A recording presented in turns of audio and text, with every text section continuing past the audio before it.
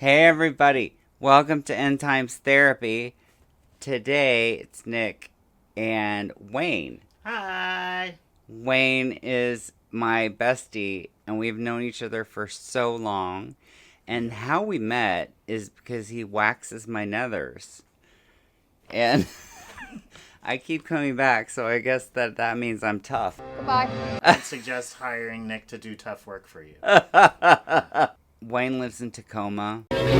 Wayne is a drag queen. Your drag name is Lavinda Lyfe. Yo, I'm living the life. Lavinda spelled the regular way, Life spelled the gay way. I've always talked to Wayne about the end times, but I'm joking.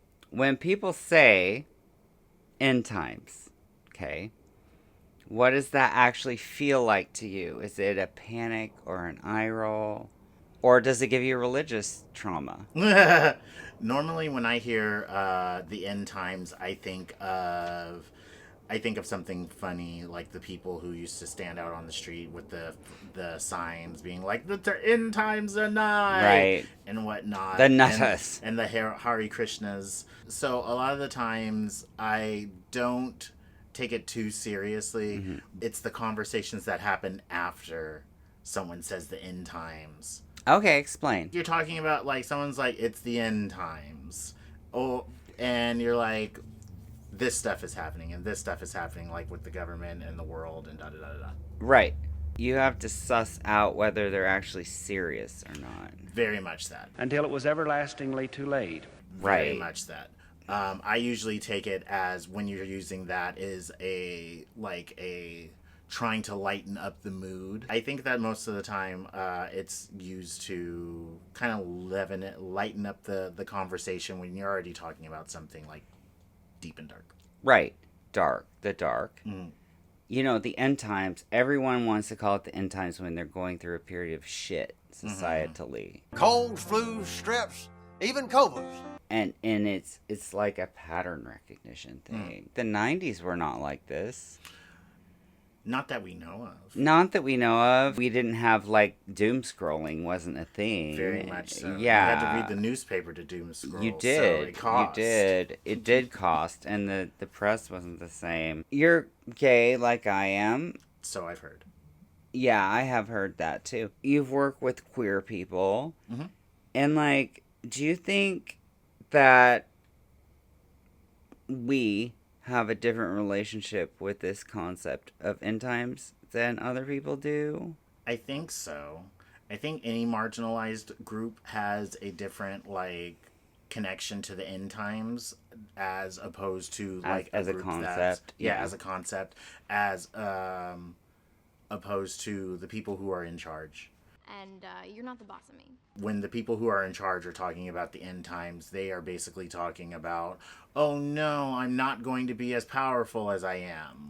Oh, right. Yes. While when we're talking about the end times, we might be talking about societal collapse. But it might be a joke. Very much that. Yeah. It might be a joke. It might be you're trying to lighten up. You were already talking about societal collapse. So you think we're darker humor? Yeah. We're just darker. Yeah, traumatized people make trauma jokes all the time. Yeah. Humor is coming from pain a lot of times. Mm-hmm. New Xanax for gay summer weddings. Probably 7 times out of 10. I just made that up. I would believe it. Yeah. 7 out of 10 doctors. 7 out of 10, probably. I I have to tell a story. I took my kiddo. We stopped in Nebraska. We went inside the convenience store. And he was like, "What's up, bitches? I'm back on my bullshit." When he walked in the door, he was like, "What's up, bitches? I'm back on my bullshit." Okay. Tell the people how old your son was at the time. He was 6. He was 6. And I'm like, I'm a terrible parent for not monitoring his YouTube usage. If I had been a patron, I would have laughed and laughed Well, and laughed. it was funny. Yeah. Because it was like me trying to look disapproving, even though I thought it was hilarious. Trying to not laugh. And then everyone in the store doing the societal thing where it's like, this is fucking hilarious. But we're not going to laugh because we're not going to encourage this child. So we all were on the same page, right? I want to ask you, what right now, I mean, we lived through a threat of thermonuclear war this week. So I heard. What does hope look like for you? For me, mainly, I just keep having to move forward, no matter what's going on. I hope that we get some sort of legislator that is non incompetent and is empathetic and understanding the fact that all people deserve to be people. And not a rapist, That would be nice. right? Yeah. I feel like if I had any ambitions to be a politician, I feel like I would simply not be a rapist. Groundbreaking. It's a very good Novel. first step. Just don't be a rapist. Okay, so now we're going to talk about the drag piece. Okay. I've not been ever into drag at all, but I did once buy some high-heeled shoes. And my feet, I am so not able to walk in that. I'm just not. Even if I get the sensible 6-inch heels. You know, because there are sensible 6-inch There are heels. sensible shoes. They're still too tall. I want to know, in this day and age, in Jesus' house, This is Jesus' house. does drag feel more like escape or resistance or truth telling or what have you? For me personally, drag is escapism. Okay.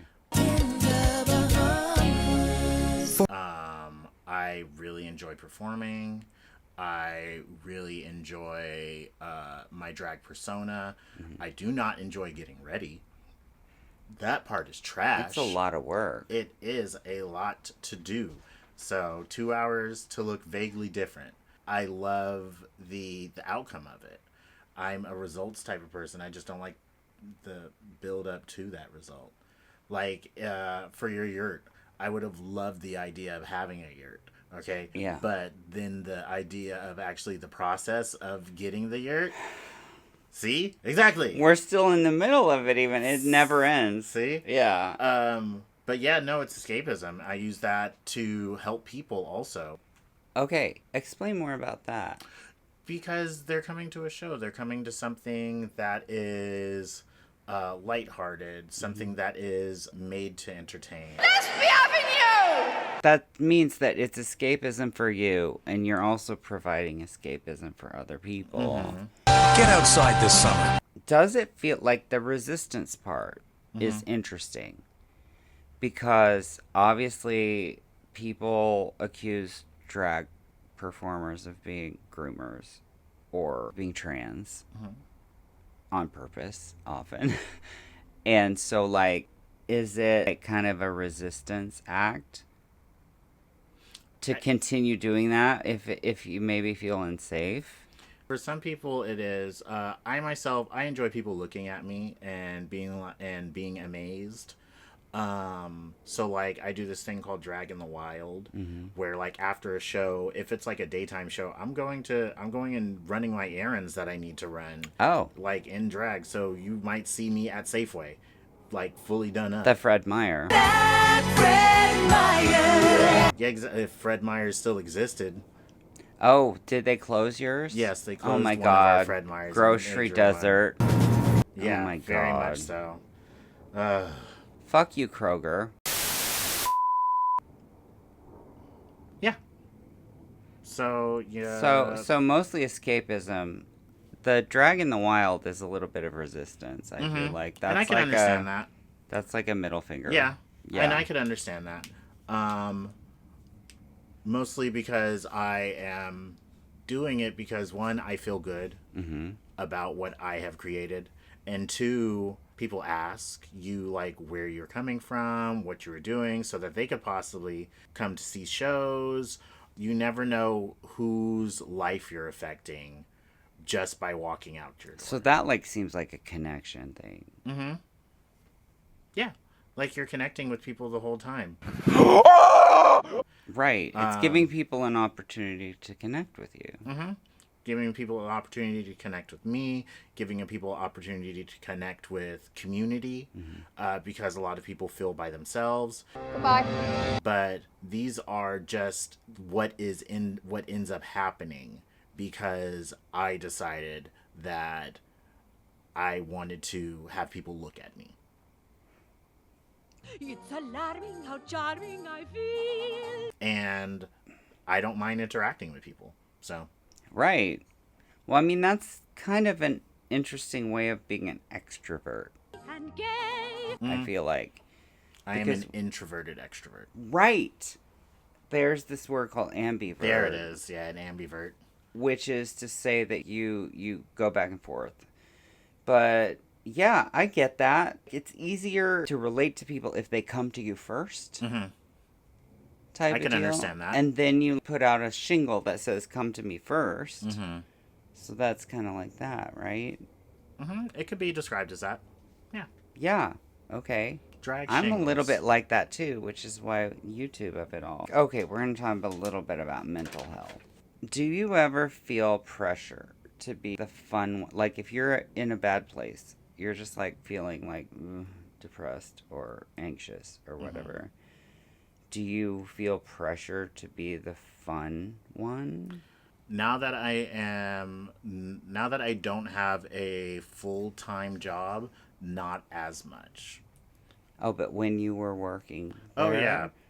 Oh yeah. you felt like you had to making people happy? Yeah, I felt like I had to be on. I mean, anytime I'm in like a group of people, I feel like sometimes I have to be on. Are you unpopular? But sometimes it just naturally comes across. That feeling is there sometimes. Like right now I'm dealing with like a lot of depression. So why don't you join the thousands of happy, peppy people? It's a trauma response from feeling alone. Right? You know, people like me because I'm funny. It's People like yeah, hanging yeah. out with me because I tell good stories. Yeah. Any comic has probably had a lot of trauma. Probably. Mm-hmm. You literally work with people's bodies in a, let's say, unglamorous way. Mm-hmm. What do people talk about when you're all up and through? Are they more honest with you? They're talking about everything. People are getting their hair cut. They are talking about everything. Well, So, they are. yeah. Like, do I feel like they're more honest with that? No, not necessarily. Oh, explain that. I That's explain that interesting. because there are some people who just lie about things. So And there are they're some... making chit chat, but they're lying. It's possible. Yeah. Like, I have no reason to not believe that anything that they say, but we also don't know the other sides of the story. Well, right, but that's not the same as a lie, right? Oh. No, just because you're what I'm saying. I hope you know I'm not a liar. I know. There's other sides to my story, but yeah, I know. I also but again, don't. you haven't said anything to make me believe that you're not telling me the Right, truth. right. You know, like all of your stories are consistent. Right. And I've never felt like I'm like, that sounds odd. It doesn't. It doesn't is ping sort anything. of like weaves together in a Yeah. proper way, right? Yep. Right. Okay. So, but then sometimes people will say things that are like, nobody says that. Yeah. Even when you're waxing their hole. Nobody likes a hairy bird. I can't say that. I can't say that they like.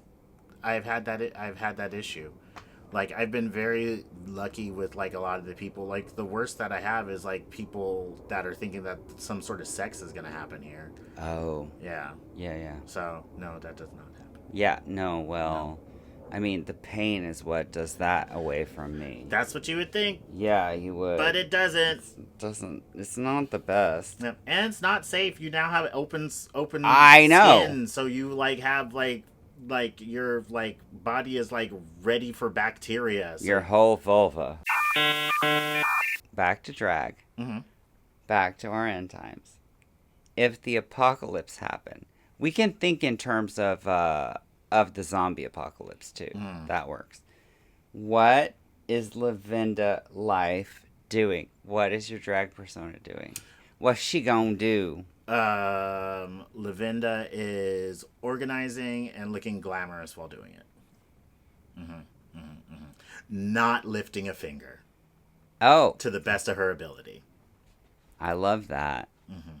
But are we going to, like, watch YouTube? Are we going to binge a Netflix? Are we going to, you know, invite friends over for a dinner party? An exquisite and explosive meal for the end of time. During the apocalypse? Yeah.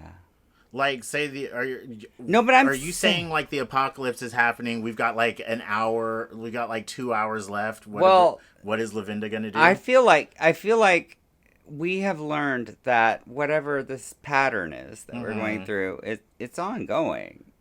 And so whatever does that look like? Oh, and then no. Let's say you're 2 hours. What is Lavinda doing in 2 hours? In the 2 hours, what Lavinda is doing is Lavinda is hanging out with her drag family, and they are putting on the best show that they possibly can. I like that. Yeah. Yeah. And then Like, who's going to go be out there? with a loud bang. It would be us. It would be Just- my drag family. Just you. That's Yeah. your drag family. Yeah. Just with the people Like you we don't. like. Yeah, we don't. Drag family and a big crowd of people cheering. Oh, perfect. Yeah, giving out all the $5 tips. Right. Okay. I love that. I love that. Is there a most end times themed, like, coded thing that you've seen lately that makes you laugh instead of being upset? Anytime one of the Trump administration people gets fired. You're fired. I feel that Yeah. in my soul. Because it's like, it's going to be Because- worse afterward. Yeah, because when they shouldn't have been they shouldn't have been hired to begin with. Exactly. The only thing not the only thing. One of the things that upsets me about it is that because they got hired, now they have this like big chunk of change that could be that could go to something more useful. Well, there's like stealing money from us all. basically. Yeah. The whole Pam Bondi thing. We're just like, but it's going to be somebody worse after that. Kristi Noem's husband. Oh my God! Yeah. Boobgate. With my big fake tits and my Botox. They were beautiful. I could not get over Listen, the different direction. they're sisters, not twins. I like chasing cars. I saw that. Okay. That's true. They're sisters, not twins, but they're also Sometimes- balloons. Sometimes they're cousins. And by the way, sometimes they're second cousins once removed. Yeah. Shout Like- out to all of my people with one boob bigger than the other. Okay, but like the funny thing about that is, first of all, he's not trans. And he's not even a drag person. That we know of. I mean, like, oh God, the closet contingent. There's that. But like, he's into these hot women with the big titties, and he wanted, I don't know, no judgment. I think the country needs a national divorce from you on biblical grounds. I didn't listen to the whole story. It was I just a picture think of it all. conservative people who are preaching holier than thou and There's always something a mess. yeah. There's mess. Go team. There's mess. Pretty much uniformly.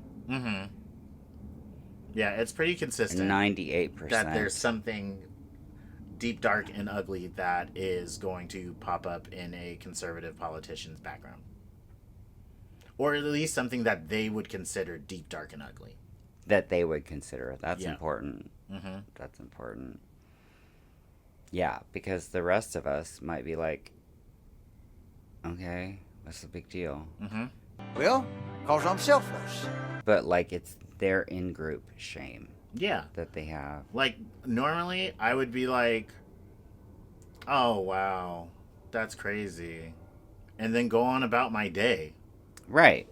But Which is because why it's funny to us. Yeah, but because it's a conservative politician person who is actively trying to harm marginalized groups and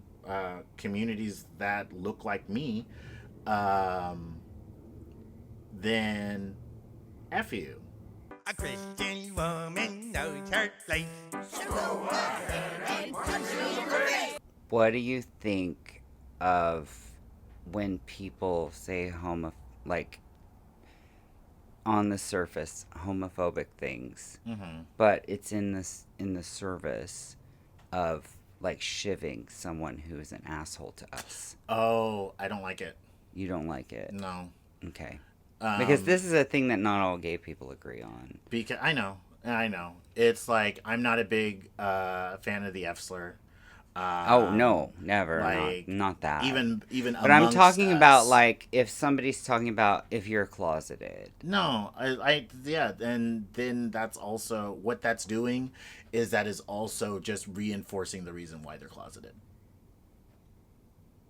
And reinforcing that all of the people, all of their anxiety about coming out or being who they are is right.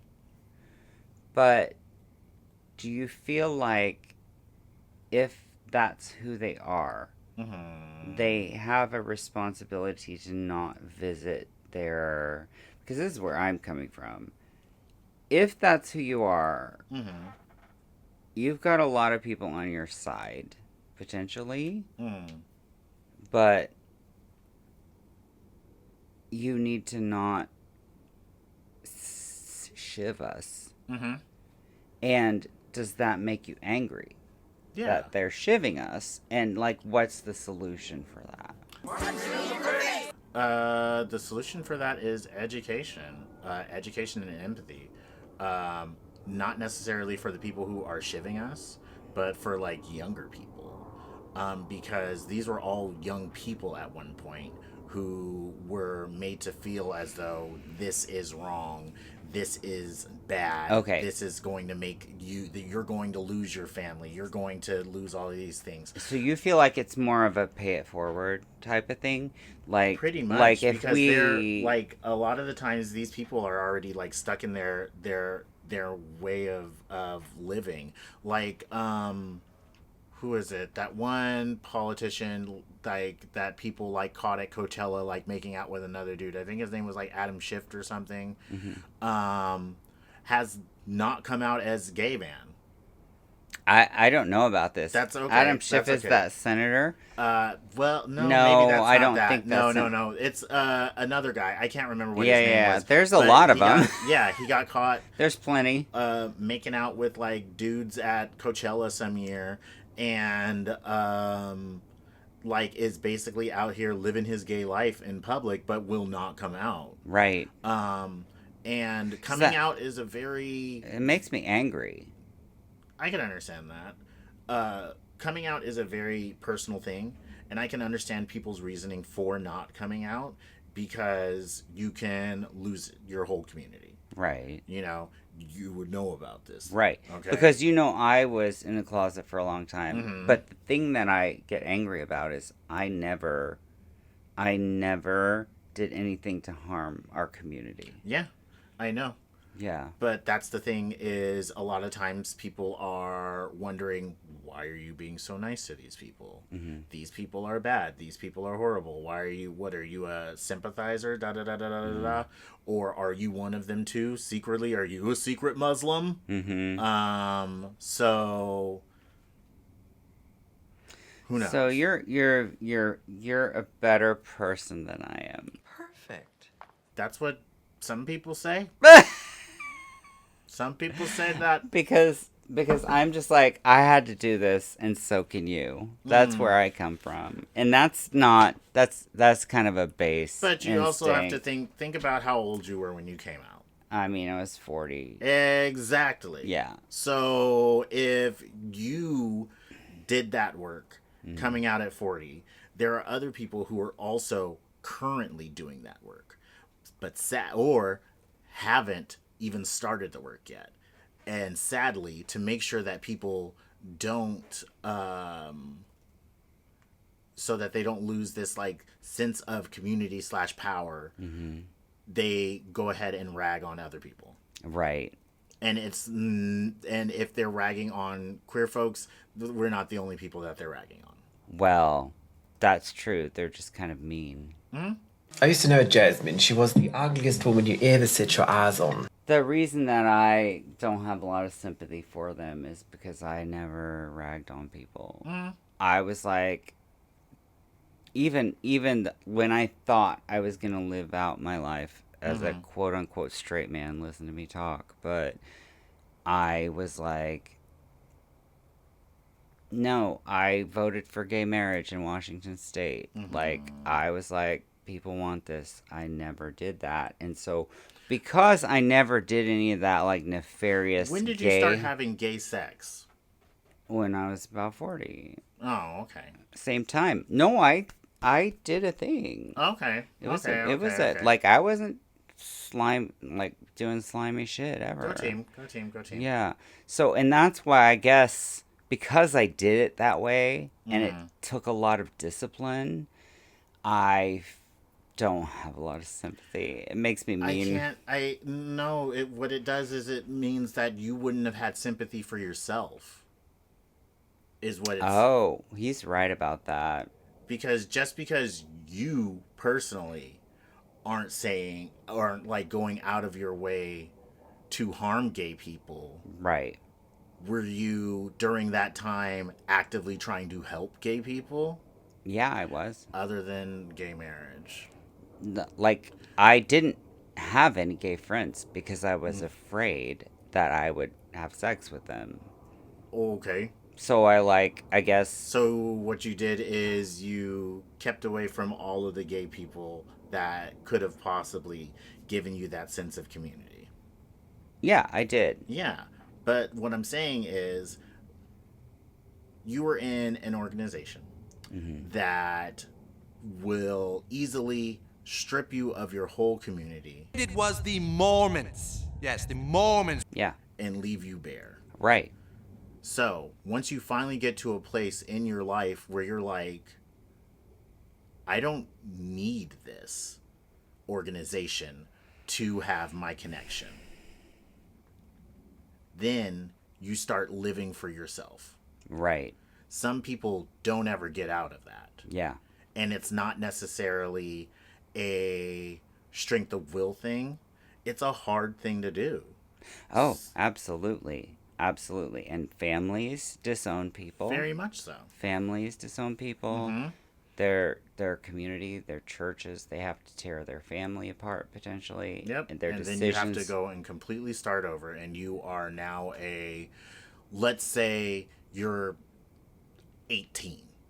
You are an 18-year-old who now has no family, who now has... Yeah, well, that's rough. Exactly. That's rough. I guess the people I sort of bear a grudge are the grown-ass adults. Who haven't gotten to where you are yet. Right. See, he's very much kinder than I am with these people. And I am taking this on board because I do. I'm like, I say things because I've been called things. And I don't have any problem with them being called things because I've seen worse. So. And I also feel like what it does is it gives straight people the feeling well, if you're saying that to somebody, then I can say that to somebody too. You're right. Yeah. That's true. That's true. And it ends up being just an approach that we have. And I do think that not all queer people are... This is a thing where we're not a monolith. Right. That kind of thing. Look at that cat. She's always in the background. Go team. What would you say to someone who feels like everything is falling apart right now? I would say it's okay that it is falling apart, but we always have the chance to rebuild. It may be different, but right now you have community, and we will do our best to support you. Right. And the community piece is really important because, like, you have to build that, but you also have to recognize when you have it. Yeah, because a lot of the times people don't recognize that. They're Right. like, I don't have anybody, da-da-da-da-da, while they're talking to you about Right. not having anybody. They're talking to you. Yeah. And, like, you'll talk to somebody in the grocery store or wherever, and there are people, IRL, who will chillax with you. Oh, we can go to the karaoke at the Mix in Tacoma. Last question. What does a good life look like to you, even in uncertain times? For me specifically, or for, like, people in general? Well, no, for you. Okay. And then we can extrapolate. Okay. For me specifically, a good life is